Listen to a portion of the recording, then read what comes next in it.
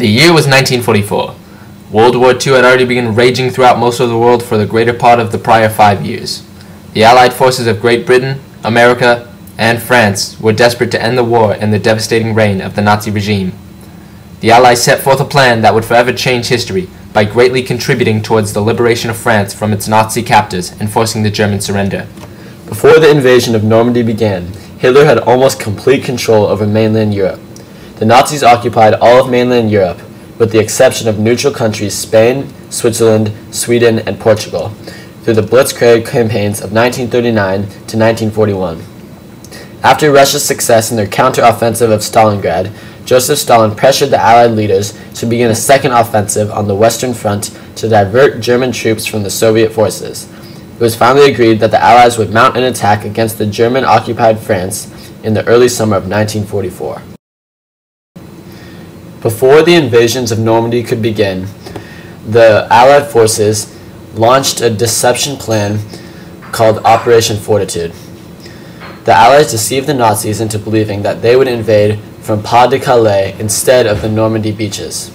An artificial army, fake radio transmissions, and double agents helped to seal the farce. Hitler moved many of his troops to the north because he was very wary of an attack on Pas-de-Calais, which left the Normandy beaches wide open. In the early morning of June 6, 1944, the Allies came to shore on the Normandy beaches along the northern French coast. Around 156,000 Allied soldiers stormed 5 designated beaches: Sword, Juno, Gold, Utah, and Omaha. Although some beaches were easily captured, others were not initially successful. The invasion of Omaha Beach resulted in over 2,000 Allied casualties in the attempt to relinquish control from the German soldiers in control. With great leadership and bravery, all 5 beaches were successfully secured within a week, allowing the Allied armies to regroup and push further into France. Stephen E. Ambrose, an Allied soldier, recalled the bravery of his fellow soldiers. And I quote, "They hadn't come here to fear. They hadn't come to die. They had come to win." End quote. By August of 1944, the Allied soldiers had reached the French capital, Paris, and reclaimed it for France. After securing France under Allied control, the armies marched to Berlin, Germany, to force the Nazi surrender. The Allied invasion of northern France is often believed to be a major instigating factor for ending World War II. The Normandy invasion was planned to be the Allies' final step to end the war. In a speech given by General Eisenhower, the commander of the D-Day invasion, he expressed the plans for the pivotal campaign.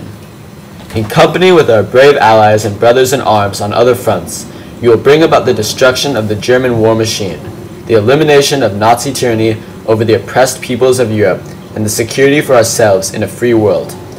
We will accept nothing less than full victory." According to John Gutman, a World War II veteran, many Americans tend to treat D-Day as the ultimate pivotal battle of World War II. The D-Day battles helped the Allies gain an essential foothold on Germany's Western Front. Germany was forced to go on fighting the war on 2 fronts: the Allied forces of France, Britain, and America from the west, and the Soviet troops from the east. Fighting a war on 2 fronts forced Germany to spread out their troops and resources, resulting in decreased strength and effectiveness against the Allies. A few months before the D-Day invasion, General Bernard Montgomery spoke to the troops that would be embarking on the invasion. Montgomery bravely told the troops, "The war has gone on long enough. Together we will see it through and finish it off. It can be done, and we will do it." General Montgomery understood that the D-Day invasions would, if successful, be the last straw that would lead the Germans' surrender and end the Nazi regime. Without the courage and bravery of thousands of Allied soldiers, then World War II would have potentially raged on for many more years.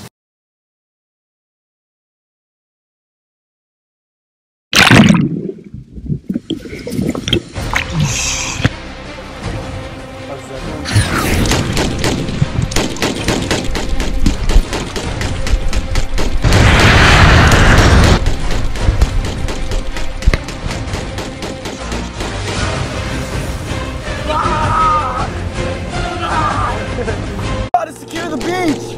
We're under heavy fire! I don't know if we can make it! We really got 300 more yards to go! We gotta go! We gotta do this for Sergeant Jacoby! Oh my God! 1, 2, 3!